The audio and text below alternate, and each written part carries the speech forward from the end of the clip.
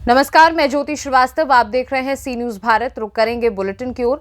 इस बुलेटिन में बात होगी गुजरात के नर्मदा की, जहां साधु संतों ने प्राचीन मार्ग पर फिर से परिक्रमा करने की जिला कलेक्टर से की मांग। साथ ही साथ बात मध्य प्रदेश के रतलाम की भी होगी, क्योंकि रतलाम में हुआ है कुछ ऐसा जो आपके रोंगटे खड़े कर देगा। और फिर बताएंगे कैसे मध्य प्रदेश के ही सिंगरौली में 4 नाबालिगों सहित बाइक चोरों का एक गिरोह चढ़ा पुलिस के हत्थे। ऐसी तमाम खबरों पर होगी विस्तार से चर्चा। खबर गुजरात के नर्मदा से है, जहां तिलकवाड़ा तहसील के साधु संतों ने जिला कलेक्टर को आवेदन पत्र देकर एक प्राचीन मार्ग पर फिर से परिक्रमा करने की अनुमति मांगी है। नर्मदा नदी पार करने के लिए नाव का इस्तेमाल नहीं होने पर साधु संतों में नाराजगी है। मिल रही जानकारी के मुताबिक अगले महीने से नर्मदा परिक्रमा शुरू होगी। ये परिक्रमा के लिए लाखों श्रद्धालु आते हैं, लेकिन इस साल जब परिक्रमा के दौरान नर्मदा नदी को पार करने के लिए नाव का उपयोग नहीं करने का निर्णय लिया गया, तो इससे श्रद्धालुओं में काफी आक्रोश दिखाई दे रहा है। इसीलिए तिलकवाड़ा तहसील के साधु संतों ने जिला कलेक्टर कार्यालय पहुंचकर सालों से चली आ रही परिक्रमा मार्ग पर परिक्रमा करने की मांग को लेकर लिखित आवेदन दिया है। तंत्र एवं कहे छे कि त्या बरोडामां जे हादसो थयो, एक्सिडेंट थयो, एना पछी कोर्टे ना पाड़ी छे के गवर्नमेंट ना पाड़ी छे के तंत्र ना पाड़े छे, पण रोड पर एक जग्याए एक्सिडेंट थाय छे गाड़ीनो तो बधी गाड़ीओ बंध करी देवामां आवे छे के तो तंत्रए एमनी जवाबदारी लईने आ व्यवस्था चालू राखवी जोईए, पण ए लोको जवाबदारी लेवा तैयार नथी। खाली लोकल ऑथोरिटीने मेळवीने जो ए लोको करवा मांगे तो लोकल ऑथोरिटी बधो ज सपोर्ट करवा तैयार छे, पण तंत्रने कोई जवाबदारी ज नथी लेवी, तो ए केवी रीते चाले? ए 18 किलोमीटर बदले 78 किलोमीटरनी यात्रा बाय रोड करवा मांगे छे, ए तो पॉसिबल ज नथी। कोण धार्मिक लोको, कोण व्यक्ति, कोण पब्लिक एमां साथ आपशे? गवर्नमेंट आमांथी छूटवाना जे रस्ता शोधे छे ए अमने बधाने कोईने पण मान्य नथी। आपने खास मांगणी शुं छे? जे जूनी परिक्रमानो मार्ग है तेने चालू राखवामां आवे, एना माटे लोकल ब्रिज बनावे। कुंभमेळामां लोकल ब्रिज नहीं बनता, टेम्पररी ब्रिज बने छे, केप्सूल ब्रिज बने छे ते बनावे। आ बाजू तिलकवाड़ा साइड पर गए वखते रस्तो लोकल माणसोए बनाव्यो तो ते लोकल माणस जवाबदारी लेवा तैयार छे, गवर्नमेंट ए केम नथी करी शकती? नर्मदेहर उत्तर वाहिनी नर्मदा परिक्रमा 8 एप्रिल थी शरू थवानी छे अने 8મી મે सुधी 1 महीनो चालवानी छे। तेमां गई साल 10 लाख लोको आव्या हता અને આ વખતે આ વર્ષે એનાથી પણ વધારે લોકોની આવવાની સંભાવના છે। વિશેષ કરીને કલેક્ટર સાહેબ અને જે રેસિડેન્શિયલ કલેક્ટર સાહેબને આજે અમે મળવા માટે એટલા માટે આવ્યા છીએ કે હવે થોડાક જ દિવસ બાકી હોવા છતાં જે નાવડીઓની વ્યવસ્થા લાખો લોકોને પાર કરવા માટે જે કરવાની તેના માટેની હજુ સુધી કોઈ પણ જાતની વ્યવસ્થા થઈ નથી, તો તાત્કાલિક ધોરણે ઇમરજન્સી તરીકે આની વ્યવસ્થા કરવામાં આવે। અહીંથી અમને એવું કહેવામાં આવ્યું કે તમે ગુજરાત મેરીટાઈમ બોર્ડ વાળાને મળો અને એ લોકો જો કરી દે તો ત્યાંથી થશે, અહીંથી તો અમે ફોરવર્ડ કરીને બધું મોકલી આપ્યું છે। પરંતુ આવું તો ઘણીવાર બન્યું અને અત્યાર સુધી કોઈ જ પ્રકારનો પ્રતિભાવ રાજ્ય સરકાર તરફથી અમારા સુધી પહોંચ્યો નથી। તો એના માટે અમારી રાજ્ય સરકારને નમ્ર વિનંતી છે કે લાખો લોકો જ્યારે નર્મદા પરિક્રમા ઉત્તર વાહિની માટે આવશે ત્યારે તંત્ર દ્વારા જે તૈયારીઓ કરવાની છે તે માટેની જે વ્યવસ્થા તાત્કાલિક ધોરણે કરવામાં આવે। હું જગતગુરુ માધવ પીઠાધીશ દંડી સ્વામી નિર્મલાનંદ મહાભાગ છું અને આ વિસ્તારમાં વર્ષોથી પરિક્રમા થાય છે। એમાં કીડી મકોડી ઘાટથી હું લોકોનો માટે અન્નક્ષેત્ર પણ ચલાવું છું। આ વર્ષે જે સરકાર પોલિસી બતાવે છે એ પોલિસીનો સખત વિરોધ છે। દર વર્ષે જે પ્રમાણે ચાલે એ પ્રમાણે જ હોવું જોઈએ અને સરકારને નિવેદન છે કે નાવડી એક ડૂબી ગઈ છે તો શું મોટા જહાજો નથી ચાલતા, એ નથી ડૂબતા? એટલે શું જહાજો બંધ કરી દેવાના? નાવડીઓ માટે પરમિશન આપે, નાવડીઓ ચાલે અને લોકોની પરિક્રમા થાય, એ માટે મારે ખાસ નિવેદન। गुजरात के नर्मदा से सी न्यूज संवाददाता वसीम मेमन की रिपोर्ट। खबर बेलगाम से, जो आथनी तहसील के अंजुमन इस्लाम कमेटी की ओर से पवित्र रमजान पर्व के तहत गरीब और ज़रूरतमंद मुस्लिम समुदाय के लगभग 500 परिवारों को खाद्य किट वितरित की गए। अंजुमन इस्लाम कमेटी के अध्यक्ष सैयद अमीन ने कहा कि रमज़ान मुसलमानों का पवित्र त्यौहार है और ये त्यौहार दान और धर्म का प्रतीक है। हमने 500 गरीब परिवारों को रमज़ान त्यौहार के लिए आवश्यक सभी खाद्य सामग्री सहित किट तैयार करके वितरित कर दी है। इस दौरान अंजुमन इस्लाम कमेटी के सेक्रेटरी खलील बगवान ने कहा कि अंजुमन इस्लाम कमेटी की ओर से रमजान माह के तहत गरीब मुस्लिम परिवारों को खाद्य किट वितरित की जा रही है, जिसकी जिम्मेदारी भी कमेटी के सदस्यों को सौंपी गई है। इस अवसर पर समिति के उपाध्यक्ष जुबैर नालबंद, अमानुल्लाह मुल्ला, अबीर मास्टर, इलियास हिपरगी, इमरान पटैत समेत कई लोग मौजूद रहे। बेलगाम से सी न्यूज़ संवाददाता जब्बार चिंचुली की रिपोर्ट। रहमतुल्लाहि व बरकातहू।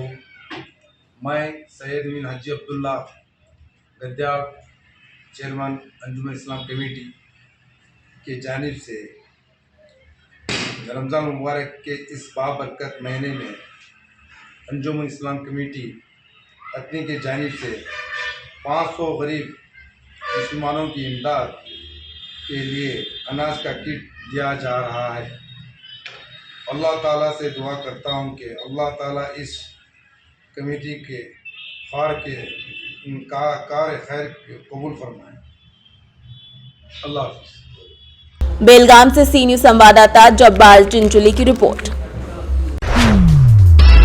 खबर झारखंड के देवघर से, जहां शुक्रवार को बाबा वैद्यनाथ की नगरी में बाबा बागेश्वर धीरेन्द्र शास्त्री 1 बजे एयरपोर्ट पर पहुंचे। वहां से सीधे बाबा वैद्यनाथ मंदिर पहुंचे, जहां पर बाबा बैजनाथ की पूजा अर्चना की और पूजा अर्चना के बाद देवघर कॉलेज ग्राउंड कार्यक्रम स्थल पर आए, जहां पहले से ही भारी संख्या में श्रद्धालु बाबा की एक झलक पाने के लिए बेसब्री से इंतजार कर रहे थे।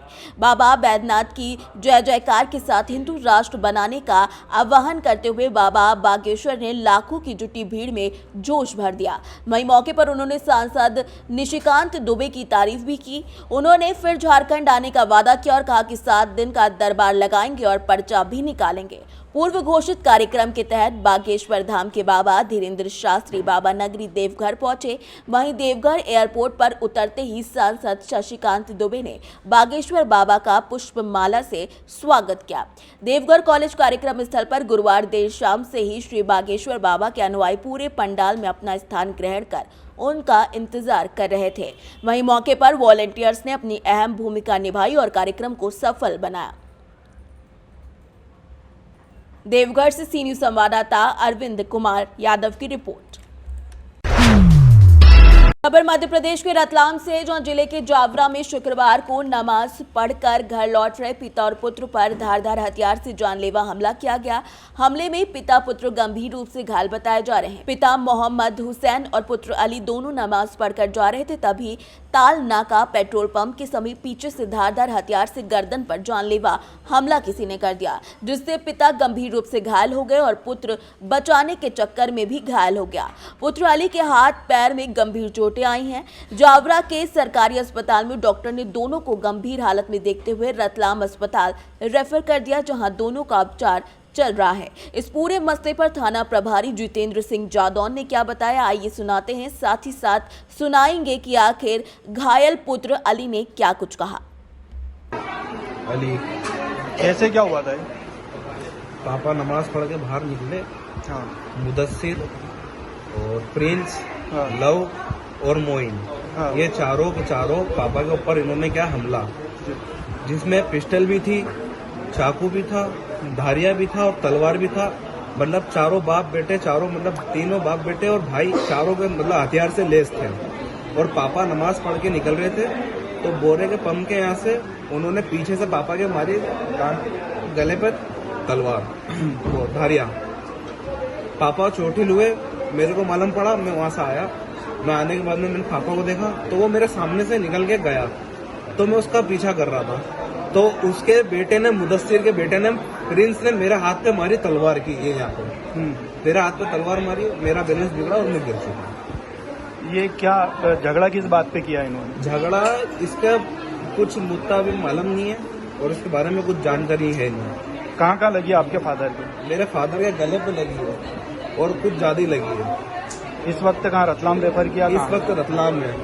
आपके कितनी चोट आई? मेरा पेट टूट चुका और हाथ पे भारी तलवार लगा है प्रिंस ने।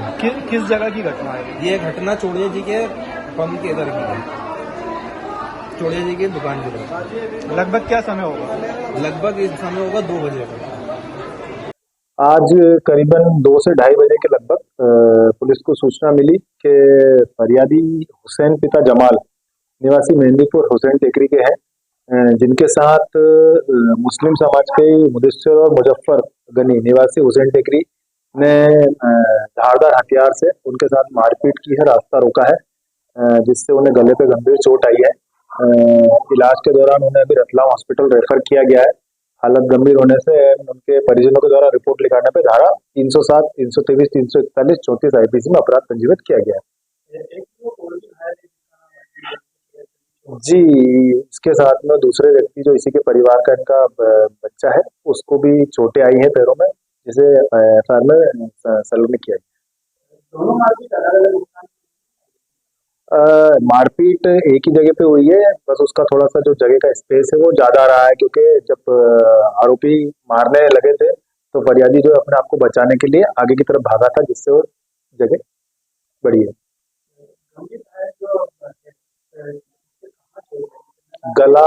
गले पर विशेष रूप से चोट है।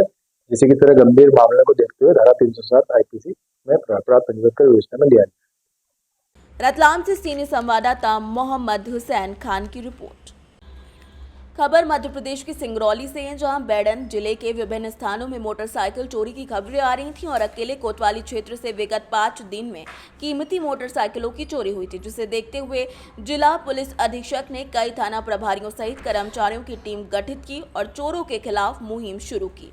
इसी बीच 24 घंटे के अंदर पुलिस को चोर गैंग के एक आरोपी का पता चला कि कोतवाली पुलिस ने मधु साकेत नामक आरोपी को अपनी गिरफ्त में ले लिया।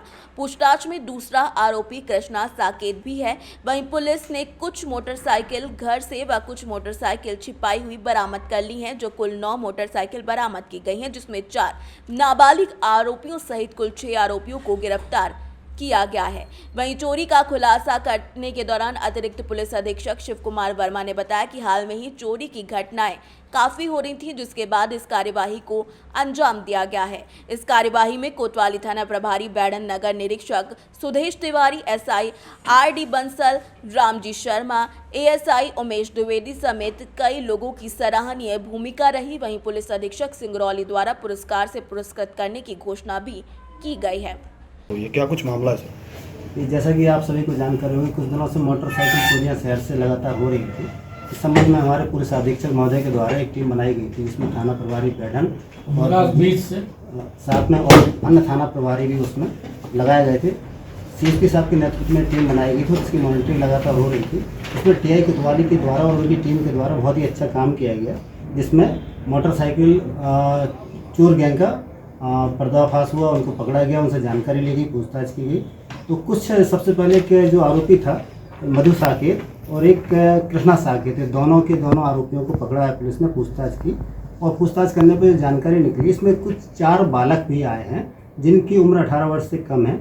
उनसे ही पुलिस के द्वारा जब जानकारी मिली तो उसमें एक बालक से पूछताछ करने पर पता लगा कि उसके द्वारा ही सारी ये मोटरसाइकिलें मिल के चोरी की गई हैं। ये 6 लोग थे टोटल, जिसमें 4 बालक हैं और 2 आरोपी जिनके नाम मैंने आपको बताए हैं। इसमें से एक आरोपी जो था, बालक जो था, उस सिंगरौली से सीनियर संवाददाता संतोष पनिका की रिपोर्ट। फिलहाल के लिए बुलेटिन में बस इतना ही। देश दुनिया की बाकी खबरों को जानने के लिए आप देखते रहिए सी न्यूज़ भारत।